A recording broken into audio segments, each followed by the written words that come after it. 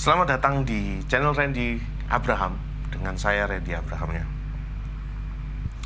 Jadi teman-teman, mari kita sekarang membahas tentang fasilitas dengan skillmu.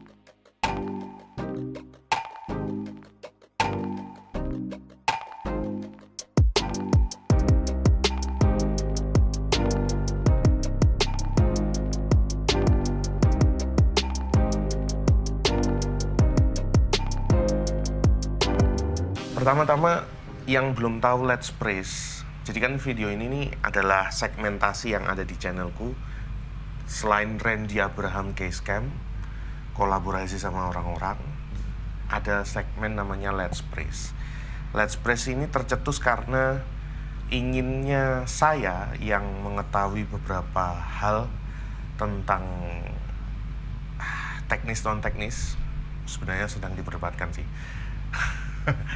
Teknis non-teknis perihal bidang segala sesuatunya di dalam pujian dan penyembahan atau praise and worship. Ada beberapa fakta, rupanya orang-orang yang sering saya temui itu susah untuk bisa mendapatkan hal yang baru di seputaran pujian dan penyembahan. Karena ini mau gimana nih, timku sudah oke, tapi masih apa lagi. Nah, Let's Praise ini beberapa hal-hal yang teknis dan non-teknis sebenarnya, yang mau menceritakan tentang perihal-perihal tentang praise and worship. Seperti saya udah pernah buat backing track, dan juga beberapa kesempatan yang lalu terakhir bahas tentang Paskah. Beberapa kesempatan yang lalu juga bahas tentang pelayanan. Beberapa kesempatan yang lalu, yang paling dekat juga bahas tentang music director yang dipekerjakan di gereja. Nah, kali ini video ini dibuat karena ada pertanyaan yang begitu mengusik saya. Lebih tepatnya aku tuh bingung gitu. Karena kadang orang tuh selalu bertanya, ya gimana kita mau punya skill yang baik, secara fasilitas saja kita nggak punya, Kak. Sangat disayangkan sebenarnya. Karena bagaimana skill kita, ini bisa aja segala skill ya, segala aspek skill atau keahlian gitu. Tapi yang terkhususkan adalah ini skill tentang bermusik, skill musiknya kita. Itu gimana, Kak, kalau misalkan fasilitasnya nggak mendukung? Nah, pertanyaan selanjutnya adalah, kamu punya niat apa enggak? Pertanyaan paling pertama tuh adalah, kamu tuh punya niat apa enggak? Karena kan orang tuh selalu, kebanyakan ya, tidak semuanya, tapi kebanyakan, itu pun juga menurut saya, bisa saja salah, tapi kebanyakan tuh orang bertanya supaya dia bisa mempunyai alasan yang kuat, sehingga dirinya sendiri itu bisa lari mungkin. Jadi gini, dia tuh udah tahu fasilitas sudah nggak ada, terus orang ngomong skillmu tambahin dong, lah aku nggak punya fasilitas kayak punyamu. Jadi kayak alasan itu, pertanyaan itu, atau excuse itu, pertanyaan itu, pernyataan itu tuh membuat kita bisa berlari. Ya karena aku nggak punya fasilitas yang seperti orang lain punya, maka skillku jelek. Faktanya, Bapak Ibu Saudara sekalian, teman-temanku semua, aku sendiri nggak begitu punya alat yang memadai. Kalau kalian boleh berpikir, kalau kalian boleh tahu, yang ada di rumahku sekarang, puji Tuhannya, itu pun juga PSR berapa ya? PSR 305. Itu pun juga bukan punyaku. Itu punyanya gitarisku, Sandy Wijaya. Tapi ketika aku nanya, kok boleh pinjem nggak? Karena ini aku perlu nih. Sekiranya kalau nanti di rumah, ataupun nanti ada job-joban produksi musik, aku bisa nih, gitu. Terus, oh ya nggak apa-apa. Nah, dibolehin, puji Tuhannya dibolehin. PSR 302, 30, aduh jadul. Kalau secara level, entry level sebenarnya. Nah pertanyaannya kenapa kok aku bisa begitu sangat piawai dengan RD 2000 bahkan. Yang paling mutakhir sekarang yang aku pegang, keyboard yang pernah aku pegang dalam lingkup pelayananku tuh RD 2000 menurutku. Yang high end ya, sama MOXF 8 atau apa, sorry lupa aku pokoknya. Nah kenapa kok aku bisa, padahal aku nggak punya alat-alat itu di rumah, tapi di gereja, di tempat pelayananku aku melayani dimanapun itu ada alat-alat yang mutakhir, tapi kok aku bisa. Nah pertanyaannya, aku kembalikan kepada kalian punya niat gak? Kembali lagi, kalau punya skill tapi fasilitasnya skillnya terhambat karena fasilitas, itu kelihatannya cuma alasan deh untuk kalian bisa lari dari kenyataan bahwa kalian masih belum punya skill yang memadai. Sekali lagi, disclaimer, saya juga skillnya masih begini-begini aja kok, nggak lebih hebat. Tapi puji Tuhan, dari saya yang dulu dengan yang sekarang, saya agaknya lebih maju. Nah itu gimana nih pertanyaannya? Apakah fasilitas bisa menunjang pertumbuhan skill kita? Bisa jadi. Tapi tidak dengan fasilitas lah kamu bisa mempunyai skill yang hebat. Ini banyak orang yang pikir begini, wah ini. Nah terus gimana? Ya puji Tuhannya Bapak Ibu Saudara sekalian, teman-temanku,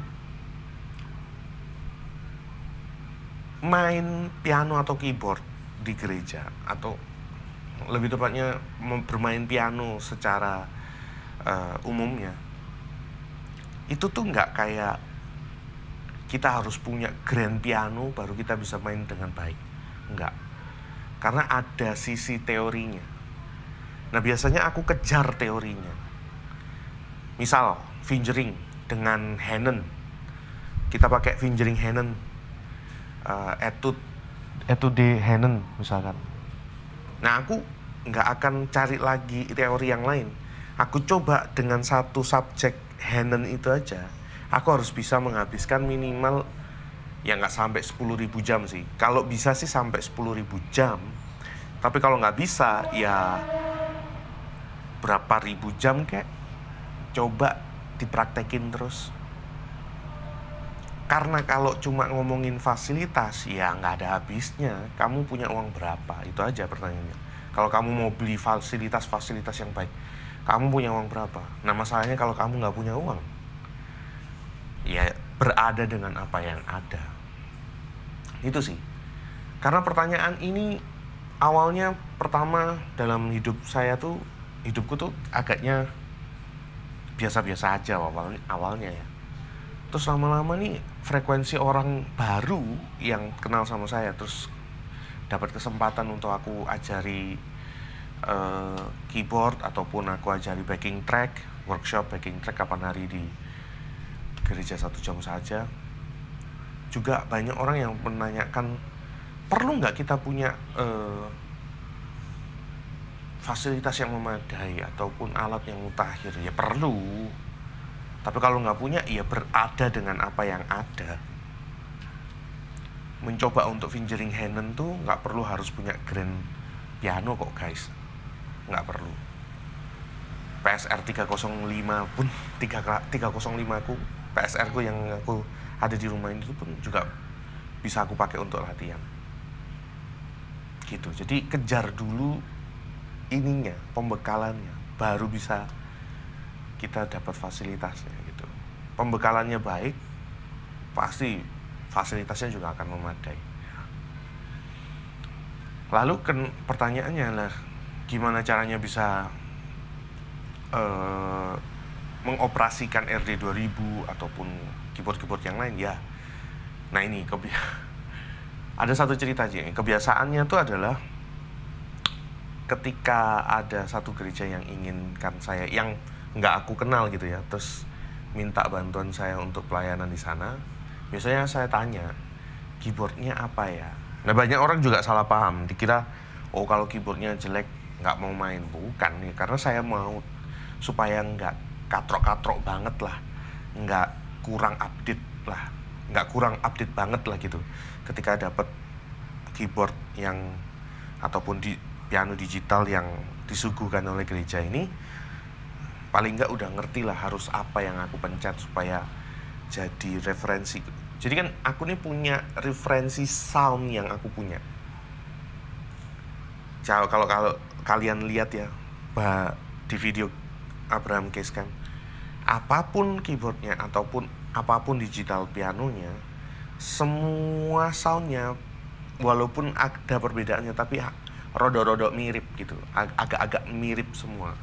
Karena aku punya satu referensi sound piano yang aku suka, satu referensi synthsound yang aku suka, satu referensi sound yang aku butuhkan, brass yang aku suka. Biasanya aku pakai octave brass.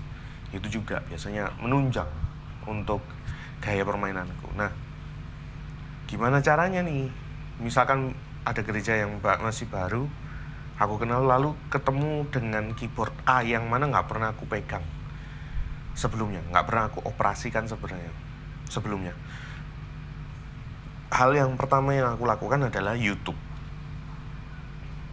Kedua, setelah sudah selesai mengerti soundnya, kedua aku harus tahu interface-nya, buttons-nya, knob-nya, pencetan-pencetannya tuh. Biasanya lihat di Google Image, ngelihat oh ini begini. Nah dari situ bisa mencoba untuk mengoperasikannya. Kalau bisa sampai 4 layers soundnya, puji Tuhan. Kalau enggak ya nggak apa-apa. Terus kita coba gimana ambil jalan tengahnya gitu. Nah pokoknya niat aja dulu. Niat tuh kalau ada niat, tiba-tiba tuh ada aja caranya gitu. Gimana nggak tahu caranya bagaimana, tapi kebiasaannya tuh ada aja gitu. Oh ini gini. Kalau enggak ya mungkin di pertemuan pertama atau biasanya waktu gereja latihan, aku tuh udah langsung tahu oh ini caranya gini-gini gitu. Dilihat keyboardnya, oh gini gitu. Jadi bisa mengeksplor lebih baik. Dan sekiranya sih penting untuk yang ketiga sih, poin ketiga adalah, kan yang pertama adalah lihat YouTube-nya, kedua lihat Google Image-nya, yang ketiga biasanya aku download user manualnya. Nah kebiasaan pertama lihat di user manualnya, jadi kan ketiga nih, poin ketiga itu user manual. Apa yang aku harus lihat? Pertama adalah 3.1-nya adalah sound pianonya, itu terdiri dari apa aja. 3.2-nya sound synthesizer-nya kalau ada, itu apa aja. 3.3-nya, poin ke 3.3-nya adalah biasanya aku mencari tombol transpose. 3.4-nya aku mencari tombol atau fitur key touch-nya. Terus 3.5-nya aku cari apa ya kemarin tuh, zone. Jadi kan ada nih, kalau Roland tuh bisa kita rampingkan zone dari C2 sampai C4. Itu cuma sound up tertentu, misalkan sound warm pad-nya gitu, ambience-nya. Di situ aja. D4 sampai A8-nya atau A berapapun tuh, sampai C berapapun, sampai ke notok tuh itu nggak ada gitu, misalkan warm pad-nya, ambience pad-nya. Atau C2 terus B1 sampai ke notok A0 itu nggak ada sound warm pad-nya, cuma sound pianonya aja. Nah itu bisa diatur. Biasanya itu aku juga cari kalau misalkan ada fitur zone-nya gitu, supaya nggak saling tabrak tumpang tindih gitu. Itu sih yang aku cari. Jadi pertama kita perlu niat aja dulu. Kalau udah ada niat tuh baru kita coba belajar teorinya. Teori sudah dapat teori, coba usahakan habiskan waktumu.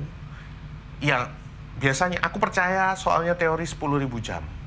Teori di mana kalau kamu sudah bisa melatih satu satu teori ini, satu subjek ini, satu materi misalkan fingeringnya selama 10.000 jam, maka kamu akan bisa disebut piawai dalam satu materi itu, karena fingering gitu kan, gitu. Jadi cara bermainnya, cara point of view, sudut pandangnya jangan lihat fasilitasnya dulu, karena kan kita nggak bisa berharap pada sesuatu yang membuat kita tidak bisa berharap lagi, yaitu fasilitas apa. Kita hanya bisa berharap pada Tuhan, yang mana Tuhan tuh sumber dari segala pengetahuan kan. Jadi ya coba aja gitu, berharap aja sama Tuhan, tolong kasih pembekalan lagi. Oh ini aku belajar apa lagi gitu, fingering, arpeggio, broken chord, atau modes, Dorian, Lydian, Mixolydian, Ionian, kayak gitu-gitu loh.